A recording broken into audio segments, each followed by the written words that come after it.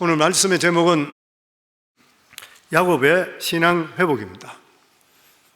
지난 주일날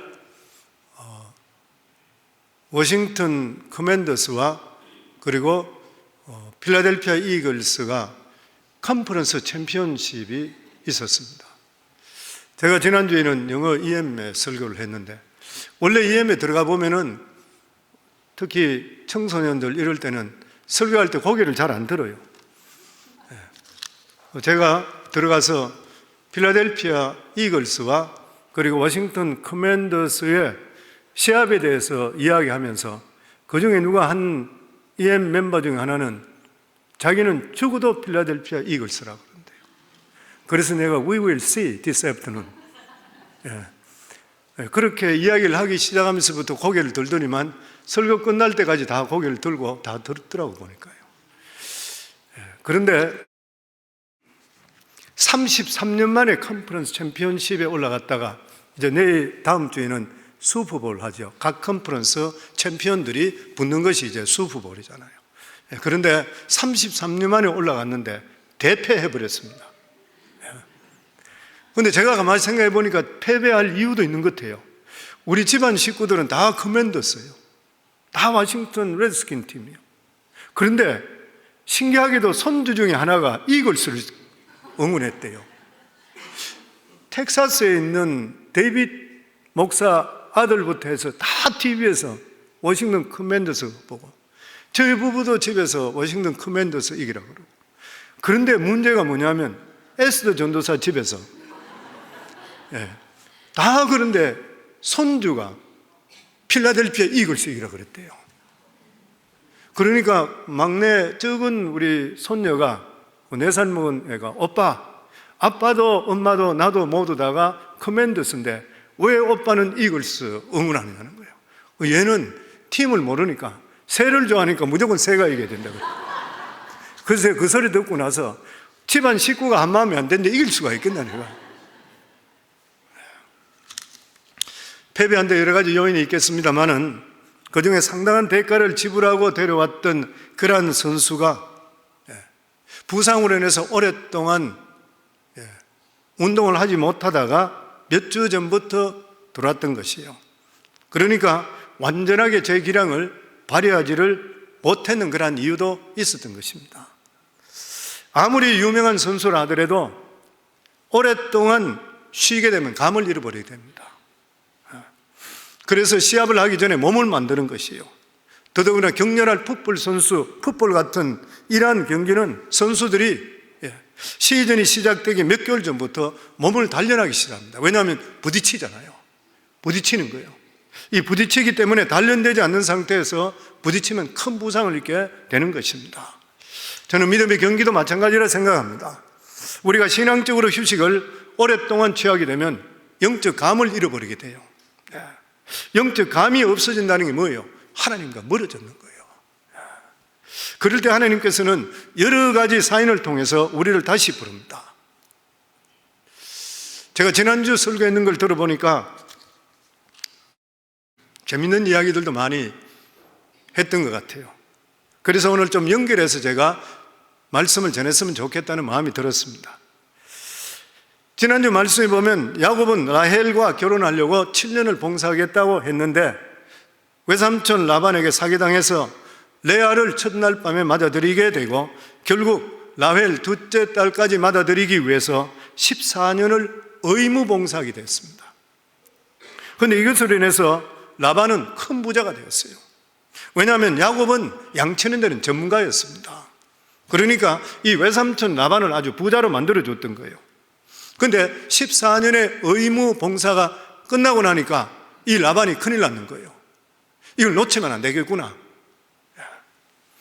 그래서 놓치기 싫어서 임금 협상을 합니다.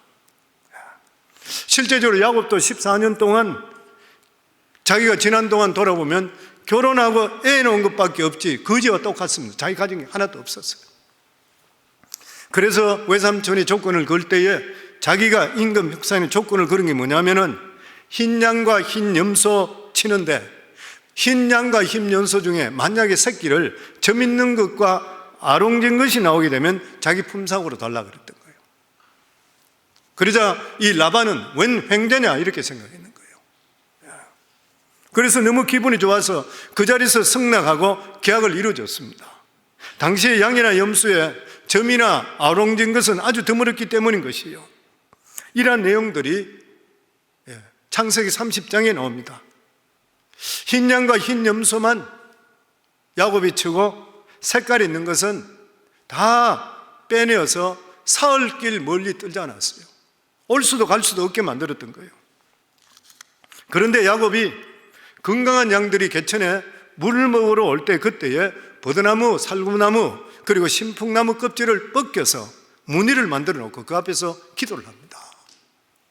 그런데 신기하게도 건강하고 튼튼한 양들이 새끼를 낳게 되면 모두 알록달록 아롱진 새끼를 낳는 거예요.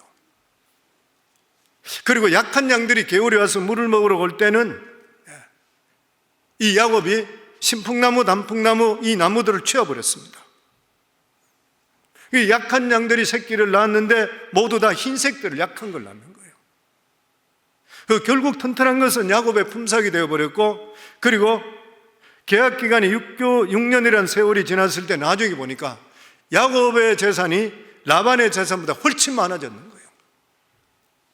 그런데 사건이 터졌습니다. 그게 오늘 1절 말씀입니다. 야곱이 라반의 아들들이 하는 말을 들은 적 야곱이 우리 아버지의 소유를 다 빼앗고 우리 아버지의 소유로 말미암아 이 모든 재물을 모았다 하는지라. 무슨 말인 것이요? 돈 없이 매니지먼트 들어갔는데 좋은 가게를 맡게 됐는데 주인보다 훨씬 돈이 많아져 버렸어요. 이때 주인이 어떻게 생각하겠습니까? 돈을 빼돌렸든지 도둑질했든지 이렇게 생각하는 거예요. 야곱의 경우가 그런 경우였습니다. 라반이 양을 맡겼는데 야곱의 양의 수는 갈수록 많아지고 라반의 양떼들은 점점 줄어들었습니다. 비실비실했고. 그런데 약속한 상황에는 조금도 어기지 않았기 때문에 뭐라고 할 수가 없는 것이에요. 이때 라반이 땅을 주고 후회한 것이 있어요. 왜냐하면 새로 태어난 양새끼들의 네가 반을 가지고 내가 반을 가지고든지 퍼센테이지로 했다면 이런 일이 없을 것이에요. 욕심이 동해서 아롱진 거 하고 점 있는 거 그러니까 너무 좋아서 그대로 해뻤던 거예요. 그런데 실제적으로 계속 태어나는 것이 점박이고 아롱진 것이 흰색 가운데 태어나는 것이에요. 그런데 라반의 아들들은 야곱이 사기를 쳐서 아버지 걸 빼앗았다 생각했는 거예요. 그래서 어떻게 해서든 다시 빼앗아 오려고 하는 것이에요. 잘못하면은 재산 때문에 큰 문제가 일어나게 되었습니다. 지금으로 따지면 소송이 걸릴 수도 있게 되었는 것이에요. 그래서 야곱은 이러다가 재산 때문에 생명을 유지하지 못하겠다는 위기감이 찾아와서 외삼촌을 찾아갑니다. 근데 만나보니까 더 문제가 큰 거예요. 그 2절 말씀에 보면 야곱이 라반의 안색을 본즉 자기에게 대하여 전과 같지 아니하더라. 외삼촌을 만나보니까 예전처럼 친밀하지 못하고 서먹서먹하다는 이런 뜻이 아닙니다. 거의 적대적인 거예요, 자기한테. 이것은 일부분의 재산을 반납해서 될 문제가 아닌 것이에요. 라반은 야곱을 자기가 사기쳐서 먹었기 때문에 원수같이 생각하는 것이에요. 타협이 불가능한 것이에요. 자기가 생각할 때 오래 있다가는 생명도 보장할 수 없는 그런 지경에 처해졌던 것입니다. 그래서 첫 번째 하나님께서 오늘 주시는 말씀이 뭐냐면은 어려움을 통해 하나님이 부르십니다. 어려움은, 우리 속의 어려움은 하나님께서 우리에게 부르시는 첫 번째 사인입니다. 우리는 야곱의 생애에서 이스라엘 백성들의 삶의 모형을 볼 수 있습니다. 이스라엘 백성들이 편안했던 애굽의 삶을 버리고 그친 광야로 나왔던 이유가 어디 있습니까? 그것은 바로 애굽 왕 바로의 태도가 바뀌기 때문입니다. 바로 바로 왕이 계속해서 고센 땅에 있는 이스라엘 백성들에게 계속 우호적으로 대해줬더라면 이스라엘 백성들이 절대로 애굽을 떠날 사람이 아닙니다. 왜냐하면 애굽은 등 떠시고 배부리고 살기가 너무나 좋았기 때문인 것이에요. 그런데 바로가 이스라엘 백성들을 너무나도 핍박하고 노예로 삼고 때리고 학대하고 남자아이를 낳으면 모두 다가 나일강에 던져 죽게 했기 때문에 어쩔 수 없이 모세를 따라 나오게 됐던 거예요. 이게 누가 하는 것이요? 하나님이 하신 것입니다. 이스라엘 백성들로 하여금 애굽을 떠나서 하나님의 언약 백성하기 위해서 하나님께서 바로의 태도를 바꾸신 거예요. 야곱의 경우도 마찬가지입니다. 만약에 라반이나 그의 아들들이 끝까지 야곱에게 우호적으로 대했더라면 야곱은 하란을 떠날 사람이 아닙니다. 그러나 라반과 그의 아들들의 태도가 적대적으로 변한 것을 분명히 보았기 때문에 더 이상 있을 수가 없어서 떠나게 된 거예요. 우리들도 마찬가지인 것이죠. 우리들의 의지나 상관없이 환경의 변화가 줄 때가 있습니다. 이때는 우리들은 왜 나에게 이런 일이 일어나는 것인가 자기 자신을 생각해보고 신앙적으로 다시 돌아봐야 되는 시간입니다. 사실 우리가 지금 살고 있는 미국, 진짜 목숨 걸고 믿음적으로 살아야 될 미국에는 이유가 없어요. 돈 있죠? 직장이 있죠? 모든 문제가 잘 해결되는데 굳이 몸부림치면서 기도할 필요가 어디 있는 것입니까?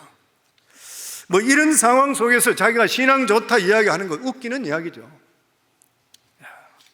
주일에 한 번, 그것도 모든 사람, 모든 시설이 잘 갖춰져 있는데 교회 와서 집사님, 장로님 소리 들으면서 집사생활, 이러한 신앙생활 하는 것 믿음이 좋다고 이야기하면 소도 웃을 일이에요. 자기 집이 있고 자기 직장이 있고 자기가 할 수 있는 만큼 돈 벌고 잘 살고 있는 사람들에게 믿음으로 결단하는 일이 뭐가 있습니까? 성경 공부한다고 잡아가는 사람이 있어요? 예배 드린다고 해서 감옥서 들어가는 일이 있어요? 하고 싶은 일 다 하고 나서 그냥 주일날 시간 한 번 내서 교회 와서 예배 드리고 가는 것이 무슨 좋은 신앙이라 할 수 있어요? 미국 같은 사회에서는 이 믿음을 설 여지가 별로 없습니다. 돈이면 안 되는 일이 없어 보이기 때문인 것이에요. 그런데 실제로 우리 살다 보면 돈으로 안 되는 그런 문제들이 있습니다. 자식 문제는 돈으로 해결이 안 돼요. 어떤 병들은 아무리 병원에 가도 못 고쳐요. 결국 돈으로 안 되는 것입니다. 인간관계에서도 돈으로 해결되지 않을 때가 있는 것이요. 이렇게 돈으로 해결되지 않는 문제가 생기면 그때가 바로 하나님께 돌아올 때라 생각해야 돼요. 다시 하나님의 신실하심 하나만 붙들고 과감하게 자신의 삶을 던지는 그러한 시간이 된 것입니다. 이제 다시 가나안 땅으로 돌아가야 돼요. 그동안 돈 벌고 사업하는 데 정신이 없던 것을 믿음의 삶으로 다시 시작하라는 것이요. 그렇다면 라반이나 그의 아들들이 야곱에게 적대적인 태도를 취한 것이 야곱에게 좋은 일입니까? 나쁜 일입니까? 좋은 일이요. 그들이 야곱에게 적대적인 감정으로 돌아서고 협상이 불가능할 정도로 관계가 악화된 것은 지나보면 야곱에게 좋은 일이요. 왜냐하면 그것은 다시 한 번 더 믿음으로 살 수 있는 기회이기 때문인 것이요. 반응들이 없어요. 이번에 제가 EM 설교하면서 EM은 반응들이 나보고 설교하기 전에 목사님 우리 EM은 아멘도 안 하고 전혀 반응이 없습니다. 그러더라고요. 제가 설교하면서 아멘이 뜻이 뭐냐? 그리고 하나님 말씀이 전파될 때에 이거 진짜 그래도 되기를 원하고 이루어지길 원한다 그러면 우리가 반응을 해야 되는 게 뭐냐? 그대로 되길 원합니다 하는 것이 아멘이지 않냐? 그러면서 반응을 좀 해라 그랬더니 그때부터 반응을 얼마나 잘하는지 몰라. 가르치지 않아서 그래요. 일부 예배 드리는 분도 마찬가지예요. 2부 예배는 반응이 좋아. 일부 예배는 믿음적으로 너무 점잖은 사람만 해. 성도님, 믿음적으로 점잖으면 안 돼요. 믿음적으로 열정이 있어야 돼, 열정이. 아멘? 하나님께서 우리가 지금 사업적으로나 직장적으로나 딴 데 정신이 너무 이래 있는 것을 믿음으로 다시 시작하라. 우리 속에 어려운 일이 생겼습니까? 인간의 눈으로 볼 때는 어려운 일을 볼 때는 안 좋은 일이에요. 그러나 신앙적으로 볼 때는 좋은 일입니다. 왜 그런 것이요? 하나님께서는 하나님을 사랑하는 자에게는 모든 것이 합력해서 더 좋은 일을 이루어 주시기 때문인 거예요. 그래서 사도 바울은 감옥에 있는데도 불구하고 범사에 감사하라 그런 거예요. 아멘? 하나님은 이 세상에 우리들을 예수 믿고 구원받게 하신 것이 편하게 살라고 백성을 부른 것이 아니라는 거예요. 믿음의 경기를 하라는 것이요. 세상에 편하게 살려고 하는 그런 사람은 믿음의 삶은 도태되게 되어 있습니다. 그러면 주님 앞에 서게 될 때 상 받을 기회를 잃어버리게 되는 것이요. 편안하게 산 사람은 하나님 나라에 아무도 기억해 주지를 않는 것이요. 야곱은 하란에서 20년 동안 하나님을 찾지 않았습니다. 하늘에서도 야곱이 잊어져 가고 있었던 것이요. 야곱은 하란에서 했던 일이 뭐예요? 결혼하고 아이 낳고 그리고 돈 벌어 부자 된 것밖에 없어요. 이것은 하나님 나라하고는 전혀 상관없는 일인 것이요. 이렇게 하니 야곱은 영적 감각을 점점 잃은 상태입니다. 그런데 하나님께 택한 자에 주시는 복이 뭐예요? 기억하고 계시다가 불러주시는 거예요. 이게 얼마나 귀한 복인지 모릅니다.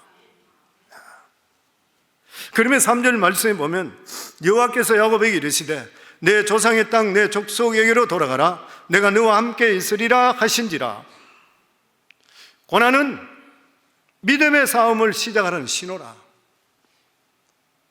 이것은 단순히 약속의 땅으로 돌아가는 뜻이 아니라 오랫동안 네가 신앙적으로 쉬었으니까 믿음의 싸움을 시작하라. 우리 믿음 생활이 나태해졌을 때에 하나님께서 우리들 다시 부르십니다.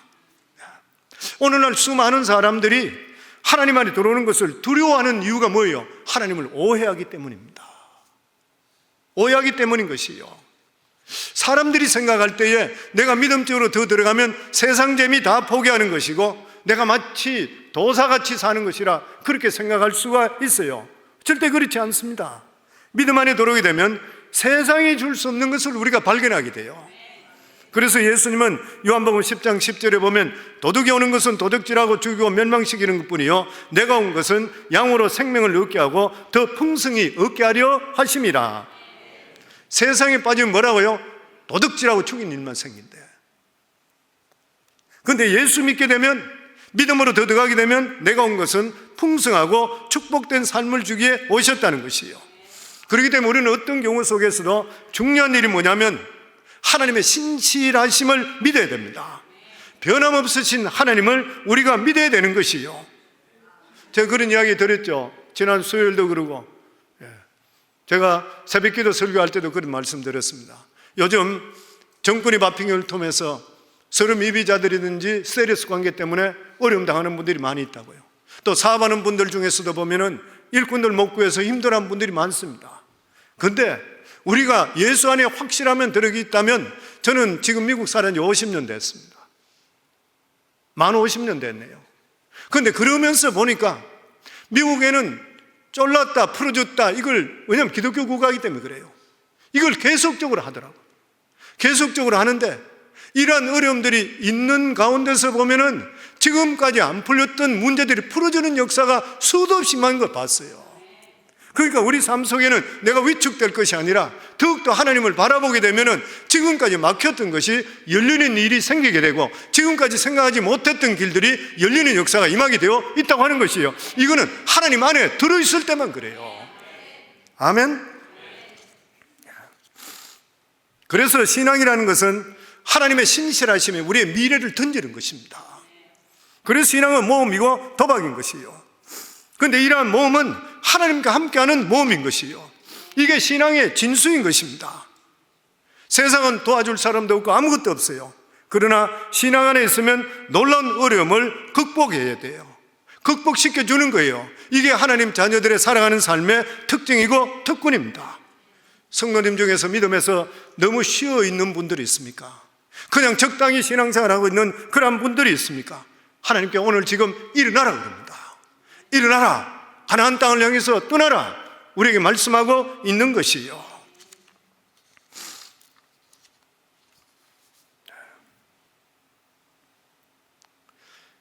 이제 하나님께서 야곱을 떠나라 했으니까 떠나야 됩니다.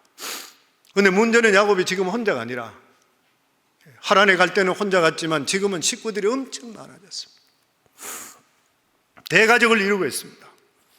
특별히 아내들이 친정을 떠날 수 있을 것인가?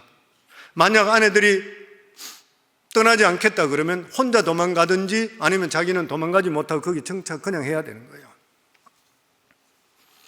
아무리 자기 아버지가 잘못했다 하더라도 아버지를 비난하는 남편에게 순순히 동의할 것인가? 그래서 야곱은 할 수 없이 할 수 있는 만큼 자세하게 아내들에게 이야기를 합니다. 그게 6절에서 9절입니다. 그대들도 알거니와 내가 힘을 다하여 그대들의 아버지를 섬겼거늘 그대들의 아버지가 나를 속여 품삯을 10번이나 변경하였느니라. 그러나 하나님이 그를 막아사 나를 해치지 못하게 하셨으며 그가 이르기를 점 있는 것이 내 삭이라 되리라면 온 양떼가 낳은 것이 점 있는 것이요 또 얼룩무늬 있는 것이 내 삭이 되리라면 온 양떼가 낳은 것이 얼룩무늬 있는 것이니 하나님이 이같이 그들의 아버지의 가축을 빼앗아 내게 주셨느니라.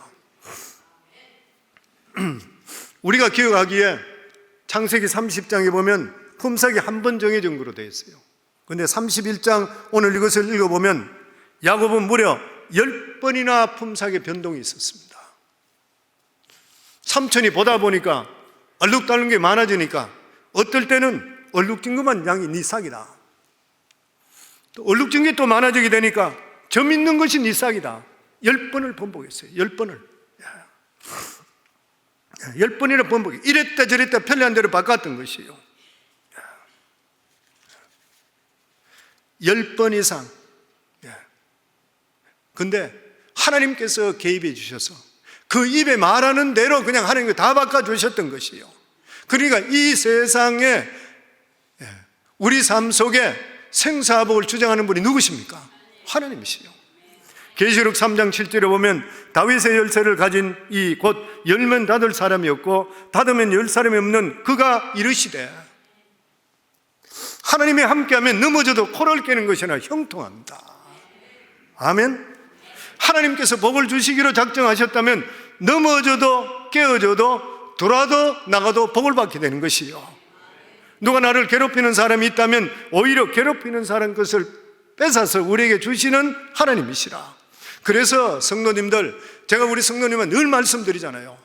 믿음 안에 들어있는 것뿐만 아니라 이 세상을 살아보니까 그런 것이 뭐냐면 이권 관계가 있을 때는 손해보는 쪽에 서세요. 항상 그러세요. 그 사람이 바르지 못하면 우리에게는 하나님 아버지가 계세요. 우리 아버지께서 빼앗아서 우리에게 돌려주셔요. 성경에 우리에게 무슨 말이죠? 주라 그러잖아요. 가지라 그러지 않습니까? 하나님은 움켜쥐라 그러지 않으세요. 주라 그래요. 누가복음 6장 38절에 보면 주라 그래하면 너에게 줄 것이니 곧 후이되어 누르고 언더러 넘치도록 하여 너에게 안겨주리라. 너의 헤아리는 그 헤아림으로 너희도 헤아림을 도로 받을 것이니라. 우리들이 손해보지 않으려고 하는 이유가 됐습니까? 빼앗긴다 생각하는 거예요. 절대 그렇지 않다는 것이요. 믿음 때문에 손해보시면 하나님이 대신 일하십니다. 아멘. 하나님이 일하시면 우리와 비교할 수가 없어집니다. 그런 이야기 있죠. 락크펠러가 어릴 때 이야기죠. 한 번은 착한 일을 하게 되니까 사탕 파는 아저씨가 얘야 너 참 착하구나. 사탕 한 움큼 집어가구라. 그러자 락크펠러가 집어가지 않고 겸손한 표정으로 아닙니다. 저는 되었습니다. 그냥 아저씨가 좀 집어주세요. 그러자 아저씨가 감동해서 너같이 욕심 없는 아이가 다 있구나. 한 움큼 지어서 지어줬대요. 집에 돌아와서 어머니한테 그 이야기를 하니까 네가 어떻게 그런 생각을 했니? 참 예의 바르고 기특하구나. 그러니까 락크펠러가 말하기를 내 손보다 아저씨 손이 크잖아요. 어려서부터 대부호될 기질이 있었던 것이요. 우리가 하는 일보다 하나님이 훨씬 더 크게 합니다. 아멘. 우리가 살아가면서 양보하고 희생같이 보일 때에 하나님께서 보시고 더 큰 이익으로 보내주시요. 왜냐하면 우리가 가지고 있는 세상 지혜와 하나님 지혜는 다른 것이기 때문인 것이요. 하나님 말씀을 세상 생각으로 하면 손해보는 것 같습니다. 신앙생활도 마찬가지잖아요. 교회 나와서 헌신하고 시간 들이고 물질 들이고 헌신 손해보는 것 같잖아요. 일주일 내내 돈 벌면 돈 더 많이 버는데 6일 동안 일하고 7일째 쉬는 것 손해보는 거잖아요. 그렇지만 뒤돌아보면 이만큼 더 큰 수확이 없습니다. 저는 우리 교회 성도님 중에서 가게 일주일 내내 하는 분들 보고 우리 교회 오시면서 저희 설교 말씀 그냥 들으면서 이분들이 스스로 주일날 문을 닫는 분들이 많아요. 근데 그분들이 세월이 지나고 이구동성으로 하는 말이 다 뭐냐면, 목사님, 돌아보니까 수입이 하나도 안 줄었을 뿐만 아니라 더 수입을 하나님 더 주셨고, 또 뿐만 아니라 주일날 쉬지 않았더라면 나는 몸이 견디지 못해 사업 못했을 뻔했어요. 그래요. 10의 1조 안 드리고 저축하면 부자 되는 것도, 성경은 오히려 10의 1조 드릴 때에 더 차고 넘치는 은혜가 임한다 그랬어요. 믿는 사람은 말씀대로 살아보셔야 돼요. 기독교는 뭐예요? 역설의 종교인 것입니다. 받는 종교가 아니라 주는 종교인 것이에요. 기독교는 남이 먼저인 것입니다. 내가 우선이 아닌 것이요, 내 것을 내가 챙기는 것이 아니라 내 것은 하나님이 챙겨주셔요. 하나님을 믿는 믿음을 가졌다면 다른 것은 욕심내지를 말아야 되는 것이요, 성경에 믿는 자들의 생활에 주시는 가장 핵심적인 말이 뭡니까? 마태복음 6장 33절 말씀입니다. 그런즉 너희는, 우리 같이 한번 읽을까요? 그런즉 너희는 먼저 그의 나라와 그의 의를 구하라. 그리하면 이 모든 것을 너희에게 더하시리라. 무슨 말인 것입니까? 너희에게 맡겨진 일에 그런즉 그의 나라와 그의 의를 먼저 구하면 너희들의 수고는 반드시 내가 주겠다, 지켜주겠다는 거예요. 그 말이잖아요. 그의 나라와 그의 의를 먼저 구하라. 그리하면 너희가 구했던, 생각하지 못했던 것까지도 내가 너희에게 주겠다. 하나님께 헌신하는 일, 은혜 받았기 때문에 하는 것이 아닌 것이에요. 하나님은, 물론 우리는 은혜 받았기 때문에 하지만 하나님은 잊어버리질 않으시는 거예요. 하나님 분명히 우리의 수고를 기억하고 계시는 것입니다. 그리고 돌려주시게 되어 있습니다. 이스라엘 백성들이 출애굽 430년 동안 일하고 빈손으로 나올 뻔했는데 하나님께서 애굽 사람들로부터 금은 보화를 다 받을 수 있게 했어요. 하나님께서는 하나님 백성들의 수고한 대가, 우리가 구원받은 것뿐만 아니라 하나님 뜻 가운데 살려고 노력하고 희생하는 것 반드시 하나님께 채워주시게 되어 있습니다. 아멘. 야곱의 이야기를 듣던 아내들이 야곱과 떠나기로 결정을 합니다. 그게 14절에 16절에 보면 라헬과 레아가 그에게 대답하여 이르되 우리가 우리 아버지 집에서 무슨 분깃이나 유산이 있으리요? 아버지가 우리를 팔고 우리의 돈을 다 먹어버렸으니 아버지가 우리를 외국인처럼 여기는 것이 아닌가? 하나님이 우리 아버지에게서 취하여 가신 재물은 우리와 우리 자식의 것이니 이제 하나님이 당신에게 이르신 일을 다 준행하라. 이 성경에 보면 참 희한한 것이 부부간은 한 몸이 돼야 되는데 라헬과 레아와 이 야곱이 한 몸이 안 됐습니다. 싸우고 문제가 많았던 거예요. 근데 돈 때문에 하나 돼요. 부부간에도 보면 그런 사람이 있어요. 돈 없으면 싸우고 이혼하고 돈만 있으면 둘이 좋아하고. 그 옛날에도 그랬던가 봐요. 그런데 이렇게 모두 다가 신앙으로 하나 되고 이제는 돌아가야 됐다고 결단하게 됐을 때 문제가 해결됩니다. 야곱이 하나님께로 돌아가려고 결단하자 지금까지 다투던 아내들이 화해하게 됩니다. 레아와 그리고 또한 이 라헬은 자매지간이었었지만 남편의 사랑을 얻기 위해서 원수지간 같이 지냈습니다. 경쟁적으로 아들들을 낳았습니다. 야곱은 이때에 아들이 11명, 딸이 하나였습니다. 그런데 레아가 6명 낳게 되고 그리고 레아의 시녀 실바가 2명, 그리고 라헬이 1명, 요셉이죠. 나중에 떠나서 길 가다가 베냐민을 낳고 거기서 죽게 되잖아요. 라헬은. 그리고 라헬의 시녀 빌하 2명, 모두 다가 남편의 사랑을 얻기 위해서 원수같이 되었습니다. 그런데 어려움을 통해서 하나가 된 것이요, 이 결코 우연이 아닌 것입니다. 하나님의 백성들은 하나님께로 돌아가겠다고 결단하게 되면은 그때부터 복잡한 것이 풀리기 시작합니다. 반드시 아세요. 영적인 일부터 먼저 풀리게 되면 세상 일은 풀리게 되어 있습니다. 늘 말씀드리죠.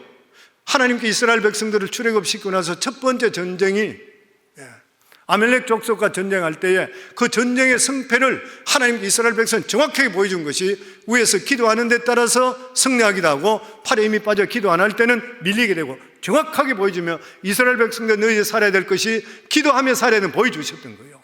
우리 삶 속에도 우리가 영적으로 승리하시고 믿음적으로 들어가게 되면 세상 일은 하나님께서 풀어주시게 되어 있는 것이요. 지금까지 왜 얽히는 것이 풀어지질 않는 것이요. 야곱의 신앙생활을 올바르하지 못했기 때문인 것이요. 그러나 하나님께로 돌아가기로 결단했을 때 흥크러졌던 모든 삶이 제자리로 돌아가고 회복되기를 시작했습니다. 하나님 백성의 삶이 복잡한 이유는 하나밖에 없어요. 무엇이에요? 믿음으로 살기로 결단하지 않기 때문에 그렇습니다. 그러면 문제가 해결되질 않는 것이요. 신앙은 그냥 잘 먹고 잘 사는 것이 아닌 것이요. 신앙이 무엇인 것입니까? 소명입니다. 부름받았으면 소명인 것이요. 천국까지 가는 경기인 것이요. 우리가 살고 있는 이 장소가 하나님입니다. 모든 것이 보장 다 되어 있어요. 좋은 직장, 좋은 집, 부러움이 없습니다. 그런데 하나님께 일어나라 그래요. 세상이 주는 평안함 속에서 믿음의 걸음을 걸으라는 것이요. 아무것도 없는 가난에서 하나님의 신실하심을 붙들고 어려움을 헤치고 나가는 것이 믿음이라는 것이요. 예수 믿는 사람이 그냥 여기서 등떠시게 배불고 사는 것이 이 신앙이 절대 아니라고 하는 것이요. 제가 지난 수 저녁에 말씀을 드렸습니다. 기복신앙의 위험에 대해서 말씀을 드린 적이 있어요. 예수 잘 믿으면 병 낫고, 예수 믿으면 부자 되고, 예수 믿으면 출세한다. 물론 영혼이 잘 되면 범사에 잘 되게 되어 있습니다. 그러나 이것이 분명히 성경적으로 말씀하시는 그런 신앙이 아닌 것이요. 그래서 어떤 분은 천박한 신앙이래. 우리가 그냥 교회 와서 잘 먹고 잘 사는 것, 내 자식 잘 되는 것만 생각하게 되면 천박한 것이라. 왜냐하면 예수 그리스도께서 오셨는 목적과 우리에게 주시는 사명을 왜곡하는 것은 천박하기 때문에 그렇대요. 크리스찬은 하나님의 나라와 하나님의 의를 구하는 자들입니다. 그런데 기복신앙은 목표가 없어요. 사명에 대한 의식이 전혀 없습니다. 신앙이란 무엇인 것입니까? 하나님과의 관계인 것이에요. 기복신앙, 금송아지 신앙의 문제가 무엇인 것이에요? 관계가 아닌 것이에요. 금송아지 신앙은 무조건 인격적으로 섬길 필요가 없는 것이에요. 금송아지 우상 신빙이 뭐예요? 섬김과 교제는 필요 없고 기계적으로 복만 주면 돼. 내가 와서 절만 하면 되고 드리기만 드리면 받아만 가는 것이에요. 오늘날 기독교 안에 들어있다 하는 사람도 이런 사람이 얼마나 많은지 몰라요. 하나님은 영이시잖아요. 우리의 영과 교통하기를 원하시고 하나님을 사랑하고 교제하기를 원하는 거예요. 근데 이것을 생각하지 않고 교회 와서 그냥 내가 예배 드렸으니까 나 복 주세요, 내가 11조 했으니까 복 주세요, 이것만 생각하게 되는 거예요. 이 기복신앙. 왜 기복신앙이 우상숭배예요? 100% 자기중심이기 때문에 그렇습니다. 기복신앙은 하나님과 교제에 관계없어요. 안중에도 없어요. 오직 나에게 복 주시고 건강 주시고 돈 주시고 길만 주면 그만인 것이요. 야곱은 하나님께로부터 택함을 받았는데도 불구하고 결혼하고 자식 놓고 돈 버는 일에만 20년 동안 정신없었습니다. 히브리서는 우리에게 뭐라고 이야기합니까? 우리의 삶은 믿음의 경주라 그랬습니다. 히브리 12장 1절에 보면 이름으로 우리에게 구름같이 둘러싼 허다한 정인들이 있으니 모든 무거운 것과 얽매이기 쉬운 죄를 벗어버리고 인내로서 우리 앞에 당한 경주를 경주하며. 천국이 없다면 경주할 필요 없습니다. 이 세상의 끝이라면 경주할 필요 없어요. 사기를 치든 뭐를 하든 간에 내가 등 떠시고 배부르면 다 돼요. 그런데 죽고 나면 심판이 있다고 그랬잖아요. 우리가 반드시 있다는 거예요. 그렇다면 우리의 삶은 뭐예요? 믿음의 경주라는 거예요. 히브리서에서 이 세상의 가장 중요한 경기는 믿는 사람이 펼치는 믿음의 경기라. 어떤 의미에서 처음 예수를 믿는 것보다는 믿음을 지키는 것이 더 어렵다고 할 수가 있는 것입니다. 우리가 예수 그리스도를 믿음을 가지고 새 생명을 얻는 것 믿음으로 받아들여요. 예수 그리스도 믿고 죄를 회개하면 새 생명을 얻습니다.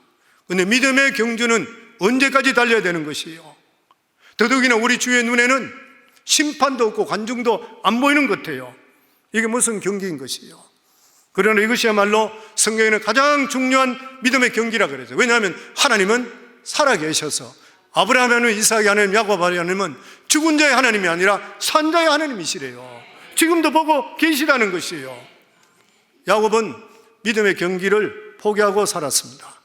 아내를 얻기 위해서 14년, 돈 벌기 위해서 6년, 무려 20년 동안 적당히 세상과 타협하며 살았습니다. 그런데 하나님께 다시 부르시는 거예요. 다시 몸을 만들어 믿음의 경기에 나가라. 그리고 나서 이렇게 하나님의 말씀에 순종하며 일어서게 될 때에 가정이 회복되고 문제가 해결되기를 시작했습니다. 사랑하는 성도님들, 하나님의 신실하심을 붙드시고 하나님의 기뻐하시는 삶을 향해서 전진할 수 있기를 주의 이름으로 축원합니다. 그러면 지금까지 우리들이 가지고 있던 복잡한 여러 가지 문제들이 하나님께서 해결하는 것을 우리가 느낄 수가 있게 되는 것이고 하나님께서 개입하는 것을 체험할 수 있게 되는 것이요. 야곱은 신앙적으로 회복될 때부터 모든 것들이 회복되기 시작했습니다. 사랑하는 성도님들, 미국에 우리가 살면서 급한 게 없어요. 그런데 우리 속에서 어려움이 줄 때는 하나님께서 반드시 우리들 부르시는 때인 것입니다. 다시 한 번 더 믿음으로 정립해서 믿음의 경기에 승리할 수 있는 수많은 믿음의 선지들이 우리 눈에는 보이지 않지만 지금도 우리에게 와서 여기서 박수치며 우리를 응원하고 있다는 것을 믿으시고 승리하기를 주의 이름으로 축원합니다.